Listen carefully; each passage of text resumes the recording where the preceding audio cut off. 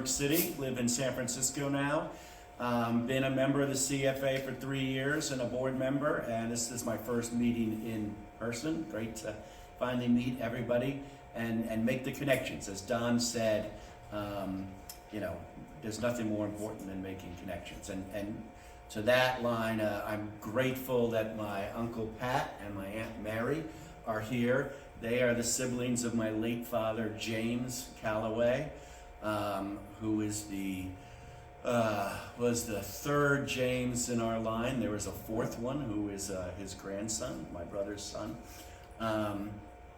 And they represent, for me, the reason that I'm passionate about the Callaway family and the Callaway history, because my father and Uncle Pat and Mary and our Uncle Mike, their other brother, are the ones that have ingrained me with these stories, legends, over the years of the Callaway family.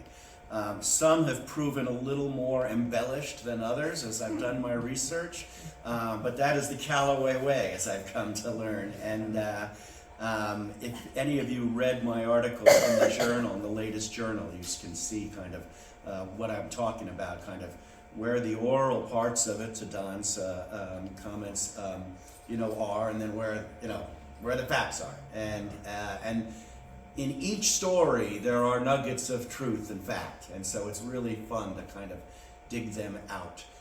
So very happy to have you both here, Mary and Pat. They grew up in the St. Louis area. They hail from the St. Louis area, and told me just last night as we were coming back from dinner that the church they used to go to as children in the 1950s was right here on Olive Avenue. We passed it, St. Monica's. And I mean, literally a quarter mile from here. And so it was thrilling to know that my family, before I was born, was here in this area making history. So another church in the Callaway history is slightly older. This is St. Neots Church in the village of St. Neo, Cornwall, in England. And I had the good fortune to visit there this past summer with my daughter Alexandra, who now lives in London. And we were on a little pilgrimage through Cornwall to a town called Padstow, which is on the coast, which is a lovely little tourist harbor town. But I said, if we're going to go to Cornwall, we're going to go to the Callaway Church, which is how we have always called it in our family. But its real name is St. Neots. It was dedicated to a Saint Neotis, who was an 8th or 9th century monk who had a monastery on the site. And so there's been a religious structure there for more than 1,000 years. But Saint Neots was dedicated in 1321 on October 14th. Imagine that. So that is 702 years ago today. And the original tower was the original part of it. A lot of it else was built on. So this is that tower as it looks as of July of this year. Let's go to the next slide.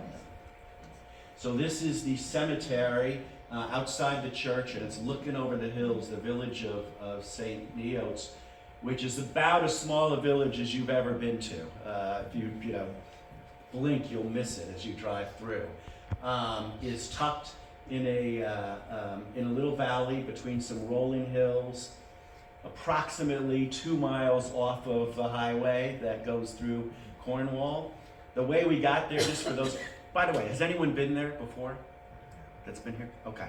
So I don't want to say, feel free to correct me or anything.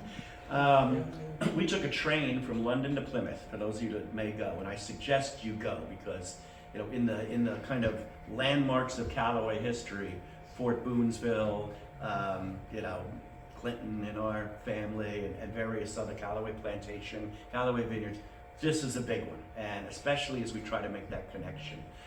This helps, at least provide some backdrop. We took a 3-hour train from London to Plymouth. It was easy.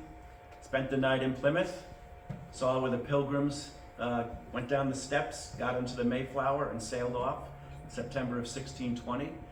And it's entirely possible that Joseph and Peter left from those same steps few decades later. We don't know, but that's kind of in that area. That's where the transportation was going to the States at that time. So that was fun in itself. And then the next day we rented a car. We drove about a half an hour out of Plymouth across, Plymouth is in Devon, which borders Cornwall, across a bridge of a river, and towards a town called Liskard, Liskeard. You follow the signs to Liskard, it's very easy. And then a few miles past Liskard, you can see a sign to St. Neots Village. You go up a hill through some very small tracks that look like they will fit just a horse, but there's cars on them, and there's two-way traffic on them, which is crazy. And you come to the church, and it's looming in the distance, and it's a beautiful structure. All of these headstones are so old that you can't really read the inscriptions. But if you go to the next one, Don, I think. Okay, this is the part of the church that's connected to the tower, where the altar is, where the Callaway window is. This might be the Callaway window here, either this one or this one. And we'll see it on the inside in a minute. Go to the next one. Okay, now we're inside the church. One last thing on the tombstone. There's another tombstone coming up. They're covered in moss. The engravings have long since dissolved, but there are a few etches, and my daughter found one that had a C-A and what could have been an L, and then nothing else. But your imagination filled We with let our letters. imagination go wild, right? So this is the church. The literature that you find online and in church descriptions in England describes it as one of the 3 churches in all of England with the nicest stained glass windows. And these windows, many of them date from the early 1500s, 1490 to 1500. This is looking from the altar to the back of the church. So let's go to the next slide. This is one of the side chapels there. It's beautiful woodwork. It's really just a stunning piece. I can't emphasize enough how powerful it felt to be there and to know that Callaways had been there 500 years ago. Let's go to the next one. Okay, this is another view. So this is, you're coming in the entrance to the church and you're looking to the far windows. These windows depict a lot of stories. There's a story of St. Neotis. There is a story of Noah and the ark on the windows. There's various references to English kings and queens from a few hundred years before that, King Charles I, I believe. And they're just absolutely stunning windows. Okay, let's go to the next one. Okay, it's the altar and the window behind it, and this one might be the Noah one. I don't think we can really see it, but you can find it online, and it's gorgeous. And so in in the late 1400s, early 1500s, there was a John Callaway who was known to live in the village. And John Callaway was what they called at the time a tinner, which translates to whitesmith, which is basically someone who works with tin. Tin man, sometimes called. Make sure we get that on the recording. All right. Let's have a party. And the Callaways, according to various writings and literature of the time, owned a lot of land in the valley, and so they were fairly well off. And so that's why we think they had they were members of the church, and John Callaway in particular was known as an active member of the church at the time. Okay, one more. All right, so this is from the back of the church looking towards the altar and that window that we just saw. You can tell it's a standard. They got the pews kind of right down in the middle, and have the columns coming right down in the middle of the pews, and the pews extend out to the windows on the end. Probably could fit 150 people, maybe, for a good mass, maybe more. There's like a lot of the churches in England, if you go behind here, there's more seating, where I guess the priests would sit. Okay, keep going. There it is. So there's the first Callaway window. There are 3 of them, I believe. And they're connected, they're all in one panel. We'll see the others. But there's a sign there for tourists, just saying, this is the Callaway window. There's another family sign just on the other end of the window called Tubbe, T-U-B-B-E. And the Tubbe family was also a very wealthy local family at the time. And John Callaway married a Tubbe member. And so the way that the writings and the history seems to shape up is that these were 2 prominent families coming together at the time. And therefore, in a lot of the old days, if you go, those of you from Virginia, if you go and see the all the Civil War and the Revolutionary War churches, you see the pews where the Lee family used to sit, and the ancestors of the Washington family, they would have their own seats and stuff like that. So prominent families would have special places in these churches, and there's no doubt that this was something that was carried over from England. So we see it here. So let's move to the next one. Okay, this is the famous window. It says St. Callaway, ora pro me, which translates from the Latin, St. Callaway, pray for me. Now, this is we've talked about this in our family for decades. And I don't know, with all due respect to everyone here, I've heard the Callaways called a lot of things, but never saint. So we've struggled to figure out who St. Callaway was. There's no record of it anywhere. But if you Google it, you'll be taken to this window. A couple of years ago, my brother, who also spends a lot of time in England, visited himself with one of his children, and found the rector. I did not get to see the rector when I was there, but found the rector. And the rector said, really, what this is 15th century philanthropy and advertising. This is come on in, everybody. This is the equivalent of, putting your name on a library or the wing of a museum today, right? The famous families donated money, and in exchange, got their names put on the windows. Now, the best guess at who the saint was that someone in the Callaway family, they wanted to unofficially canonize them, and so this was their way of doing it. So, no record of an actual St. Callaway, but these were Callaways that lived in this village 500 years ago, more than 500 years ago. And that contributes to what Harry was saying early on, that the Callaways were clustered in Cornwall and Devon and what was the other one, the last one, Harry? Dorset. Dorset, yeah, Dorset. So it's, I don't know about you, but it's really kind of impactful. I came away with a very warm and powerful feeling of emotion for being able to stand there with my daughter 500 years later, looking at what's left over from Callaways that were there before they came to America, and did all the history that we're also so passionate about. Let's go on to the next one. Okay, and this is another. You notice that the spelling is a C-A-L-L. I think that's A-W-Y, or it might be W-A-Y. It's not exactly Callaway. I think the previous one, I don't know if you can go back. Sure.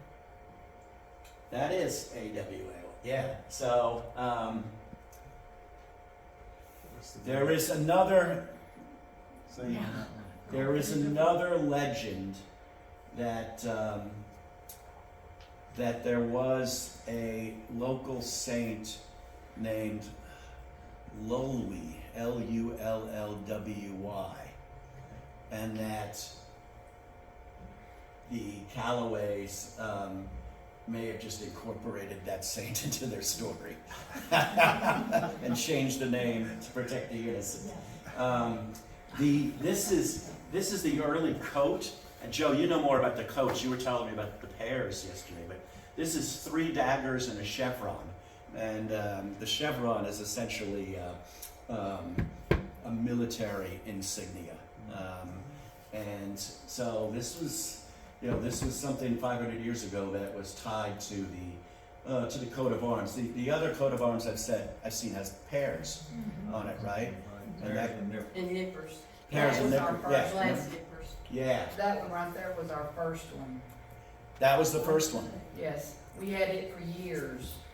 We thought that was the one. Right? Now, we didn't have the outside ring, we just had the shield and we called them fleur-de-lis, but we didn't know they was swords. But anyway, that was what was for the first one for years. Yeah, it's gorgeous. All right, so let's go to Harry, you got a question? David, you made a note of the Callaway spelling. Yeah. Note that because I will probably come back to something similar to that Okay. when I talk. Great. And if you go back 2, Don, at 3, so they definitely, the folks in the church have written it like that. That's how they translate it. So, but it doesn't look like it when you're there. Anyway, that is my daughter Alexandra. You see a picture of her later, but she is in front of the window. This is the Oro Prome one. This is the first Callaway one, and I think one of these is the other Callaway one. And this sign here, this is the Tubbs family. So the Tubbs window is over here. Interesting that they all seem to be women. Yeah, I noticed that too. Yeah. Well, I think the St. Callaway one was if you go back to that is probably not, but yeah, it is. Well, women played a prominent role in the Bible. So okay, keep going. All right, so this is an outside view of the tower. It's absolutely stunning and When did still they put working. the clock, David? Huh? When did they put the clock there? That I'm not sure when the clock went up. Sometime after 1490. Yeah, I think so. But the tower is the original structure, and they still have mass in the church. And there is a working, whatever the Anglican rector or minister is. Okay. That's me. It's a beautiful day to be in Cornwall. And one more. And sometime since 1321, they built a pub right next to the church. So when you go to visit, that's Alexandra walking out of the church down towards the pub. Unlike the restaurant here, it's open for lunch, and you can see it's a beautiful. And you basically get a feeling for what the village looks like, right? It's pretty much 1 or 2 streets,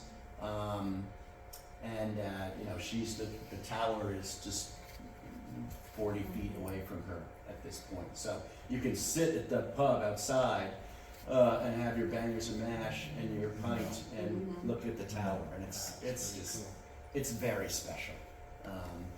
I think that might be the end of the slideshow. Yeah. So again, I encourage everyone to go visit. This is a connection point in England. We obviously have many names. We haven't made the connection yet. This is further back than we need to be because we're looking for that late 1600s connection. But we will find it. Looking forward to Harry's presentation to tell us how we're going to do that. Maybe we even can by the 50th anniversary. But for me,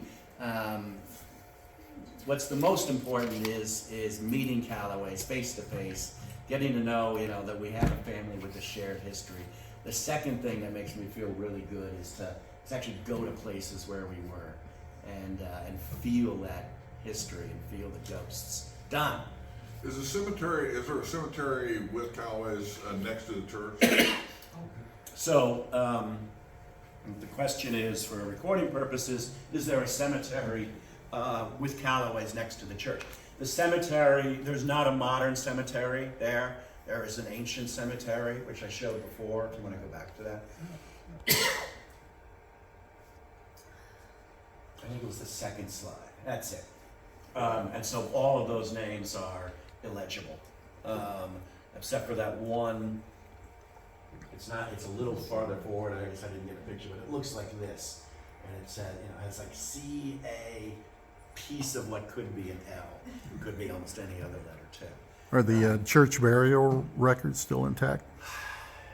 That's a good question. I didn't get a chance to talk to the rector, but I would imagine it's an active church, so they may have that. And a common technique for dealing with the old headstones is brass rubbings. Yeah. Oh yeah. Yeah, so you take black paper, Mhm. big black paper, kind of feltish kind of stuff, and then you rub on it, and if there's lettering, it might show up. All right. Remember that next time. What's the possibility to use Sir Callaway, Sir Callaway? a knight, Instead of saint. a knight? Oh, Possible, right? It's that looks more like saint. That's what. It looked like almost an STE. Yeah, it looked like an STE. But yeah, I'm sorry. it looks like an STE to me. But you never know, right? it's interesting that it's spelled 3 different ways.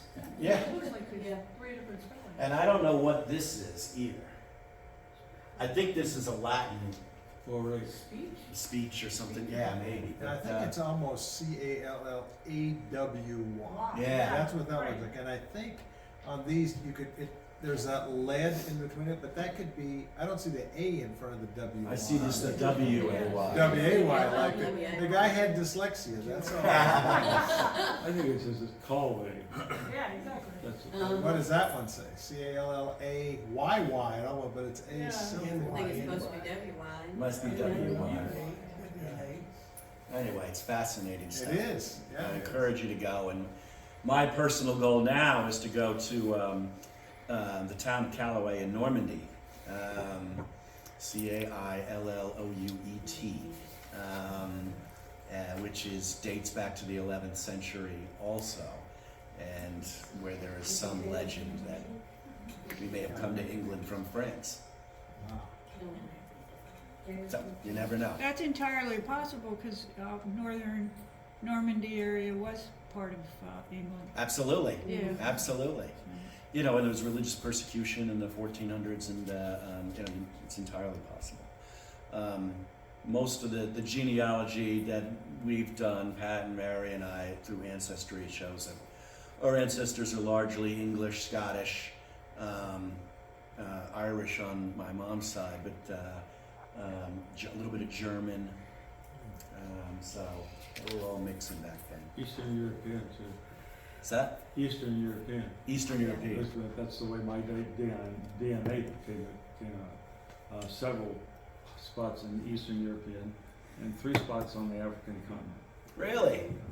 So I thought colonialist, Yeah. a cleric, and a prisoner. Well, Possibly. I also think that we're entering a period of time when technology is such that we're entering a period where we can start to investigate forensic genealogy, and that is like the tombstones. They can use different frequency of lights to bring out the letters that you cannot see visually. And then he kind of addressed it on tombstones. You can wash the tombstones, and that will highlight it if you go back, and it allows you to do rubbings, which is where we're at for most people right now. Yep. But they do have technology that is getting really, really cheap Well, I think we'll get there, but I think the first thing is the next person that goes there, to Scott's question, should ask if there's burial records there, Exactly. right? And they Are there haven't any had a other fire. questions Before we move to Harry? Chips and sent them over to- All right, I encourage you all to go there. It's really easy. You know, you can do it in 2 days from London, but I would rather you make a trip of it to Cornwall, which is absolutely beautiful. So thank you. With that,